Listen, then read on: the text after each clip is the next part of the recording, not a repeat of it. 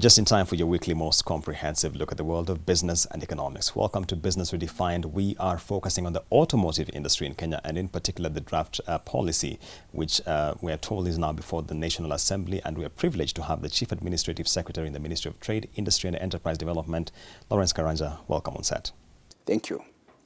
Let's just begin with the policy itself. As we stand, where has it reached? Because I remember we've been covering this from as far back as early 2019. Yes, as you are aware, the policy was developed. That is the automotive policy. And this was in consultation with all stakeholders.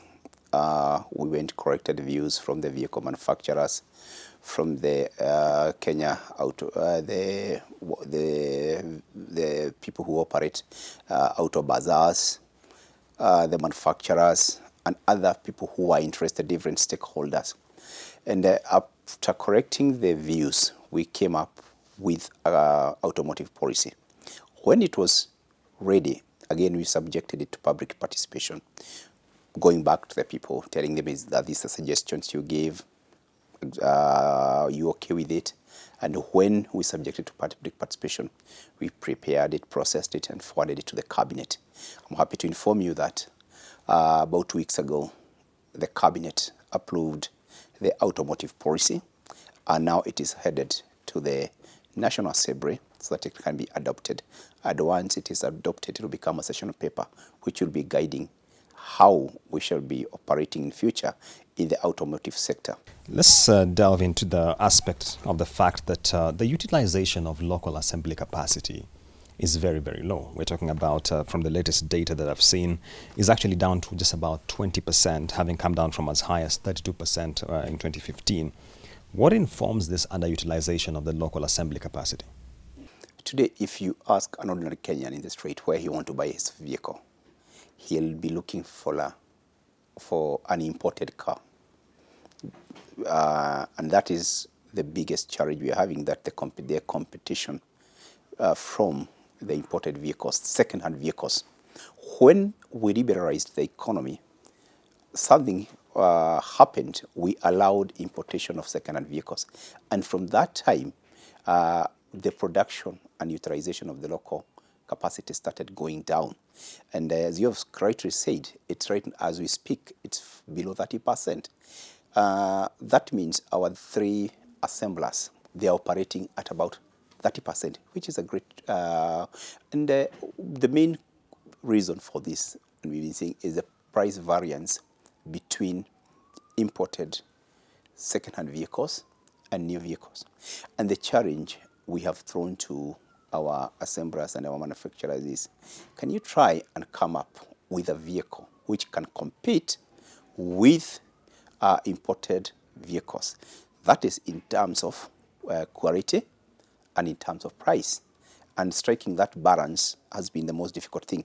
But I can tell you there is hope, and because 2 weeks ago we launched motor vehicle, the price will be ranging for a brand new vehicle between 1.1, that is 1,150,000 to 1.3.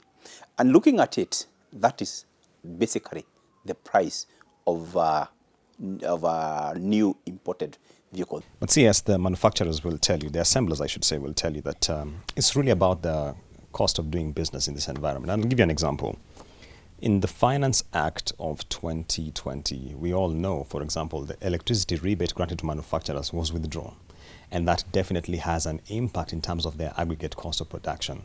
So from a cost of doing business and business environment perspective, don't you feel then they table a compelling case when they are discussing issues of the challenges they face? There are very major incentives for the complete knockdown. That is the vehicle which comes in small components. And many a times you find that for those vehicles, what comes in ranges between 60 and 70%. Then the 30% becomes local content. For those ones, they are offered a lot of incentives, including duty waiver for those spare parts, for those parts which come completely knocked down. So that what happens is that when they come here, there is assembly and also absorption of locally of local content. There is an ongoing conversation on what, especially for what we are calling the special economic zones. And I will give you an example of Naivasha, where you have the special economic zones. If you go to Naivasha, we have already a preferential tariff, which has been gazetted, such that if anyone was to set such a factory within our special economic zones in Naivasha, then he'll get that benefit. Many Kenyans will tell you that duty on imported vehicles in this country is already quite high. And that explains why you will hear majority would prefer to go the Uganda route or whichever other route to get their vehicles. If that is the fact, and the market is still exhibiting high appetite for imported vehicles, don't you think that it is sending a signal to the policymakers such as yourself? Even, we see this, even after imposing heavy duty, the imported vehicles are still cheaper than locally assembled. And that's why I said until 2 weeks ago, we did not have a locally assembled vehicle which was retailing for anything below 1.5 million. So right now, this is the first time we are getting a good vehicle retailing at below that. Therefore, duty, because the duty we impose, the purpose of this duty is to protect local industry. But we have seen that even after imposing that, it has not been working. That is why we have told our manufacturers, can you come with a vehicle which is affordable? And I believe it's a journey of 1,000 miles which has started. We are now at 1.15. I believe in the near future, we might have one at 1 million. Speaking about the horizon of incentives, one of the realities we are in right now is that the government is on a very aggressive push to scale back a number of incentives for obvious reasons, because the tax revenues are quite subdued in light of the COVID-19 environment. Looking ahead, do you see the incentives you're extending being threatened by this development? They're not going to be threatened, because one thing is this, it's a balancing act. I call it a balancing act because if we are growing the automotive sector, there will be a lot of other indirect beneficiaries, jobs created, indirect opportunities. Therefore, the tax base will be widened. And if we widen that, and that is what we have been saying, we'll try as much as possible, we widen the tax base so that we relieve this pressure from the central investors. So that, and for instance, we have said about motor vehicles. If we have somebody who is assembling here, he gets those incentives. There will be other people who will be supplying him with those products. With them, we'll be able to correct tax. However, if we continue importing these vehicles, this vehicle as it comes, it's only, I would say, you correct revenue or duty at the point of import, and some retro tax from the person who is selling. But if we expand the automotive sector, I'm telling you, the number of people who will be supporting that sector, the tax base will be widened. Therefore, there will be no threat to the incentives we are already offering. Some of the players in the automotive space will tell you that one of the key challenges they see in the industry is around the legal notices 363 and 489 of 1993. Could you just speak to this and why this is significant for the industry? Sorry, which one? The legal notices of 363 and 489 of 93. And the argument is that it has created an environment where manufacturers are not able to perform optimally as far as assembly of vehicles is concerned. Is this something perhaps you would like to comment on? For us to protect the local sector, there are two things and that is what we are looking at doing. Either we increase duty on the imported vehicles, or we reduce the number of years. And we have been pondering which is which. If we increase the duties on the imported vehicles, then what it means, we will be making our country. If we increase the duties, if we increase duty for the imported vehicles, we might put some of the vehicles out of reach of the ordinary Kenyans. If we reduce the years, the same case, because duty is based on the years. The lower the years of manufacture, the higher the duty. So we have been working on that, trying to strike a balance, and this is the conversation we are engaging now on how because for us, we have to protect the ROFCO industry. And it's a conversation we are saying it's not going to be tomorrow or the day after tomorrow, but eventually we will have to do both, increase the duty and reduce the number of years. That is the only way we are going to protect our industries. Yeah.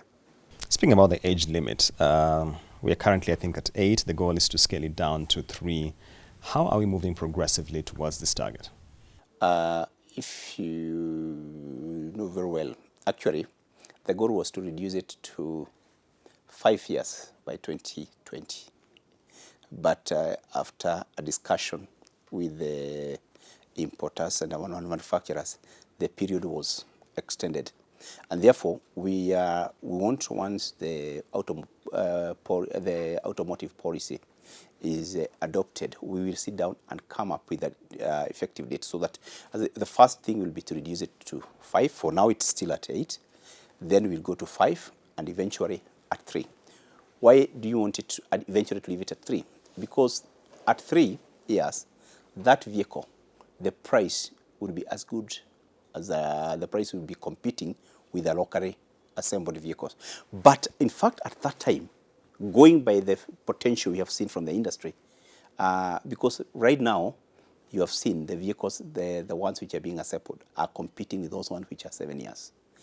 Therefore, when we reduce it to 5, we are certain people will start preferring local vehicles other than imported. All right. One of the key challenges that assemblers will tell you exist in this market is the pervasive nature of counterfeit products. Yes. What are you doing about this? It's a very, very serious challenge in counterfeit. And the truth of the matter is that the counterfeit are not mainly done here. Most of them are imported. But we already have an agency called Anti-Counterfeit Authority, which is working very hard to bring to an end this business of counterfeit and illicit trade. Last year, we destroyed goods worth about almost 500 million of goods confiscated at various ports. We are liaising mainly with the intellectual property owners, that is the franchise owners, so that we can work closely. Because what is happening is that our people are also seriously encouraging the counterfeits, because we go to buy a certain spare part. You know for sure, if you go to the genuine dealer, it goes for about maybe 10,000, and you are told there's somewhere it's going for 1,200, and you go and buy it. Many a times, and counterfeit, I would say this, counterfeit sometimes doesn't mean that it is substandard. Sometimes it's up to the standard, but only that it is a stolen intellectual property, that the intellectual property is not enjoying the benefit of his work. Therefore, our anti-counterfeit authority and our officers in that agency are on the field looking for those counterfeits. They are stationed at all places. We have them doing surveillance. We have some at the points of entry and other places. And any time we get the counterfeit goods, to give assurance to intellectual properties owners, we ensure that we arrest, prosecute, and eventually damage those counterfeits.